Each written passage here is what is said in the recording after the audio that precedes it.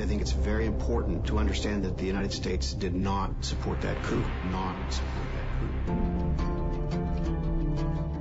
We'll intervene whenever we decide it's in our national security interest to intervene. And if you don't like it, lump it. Isn't history taught in the classroom about the role of the U.S. government in human rights violations? The doctrine that was taught was that you use virtually any method necessary to get what you want. Torture and killing. Killing. Get used to it, world. We're not going to put up with nonsense.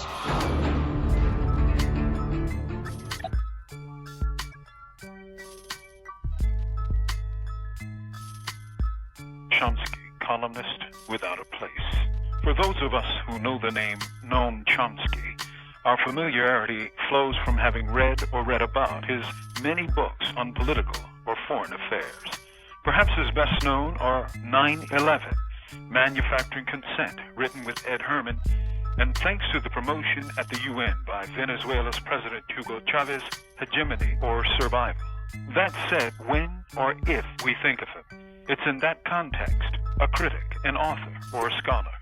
Who knew that he is a gifted, concise columnist? Chomsky has been writing and distributing his op-ed pieces for years. Unfortunately, American newspapers rarely carry them.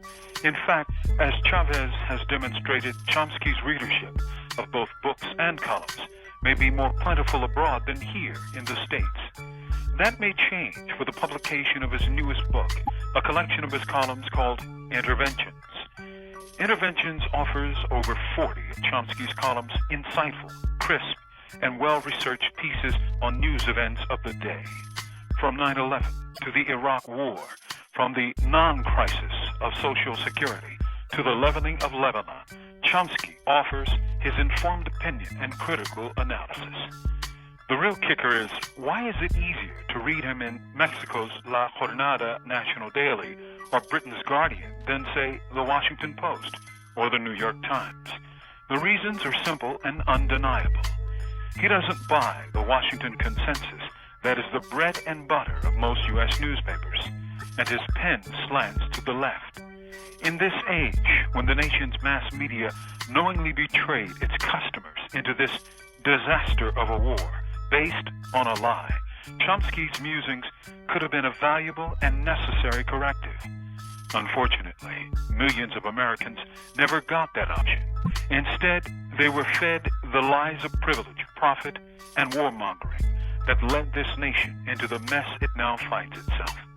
A timely intervention might have changed things. From death row, this is Mumia Abu-Jamal. These commentaries are produced by Noel Hanrahan for Prison Radio.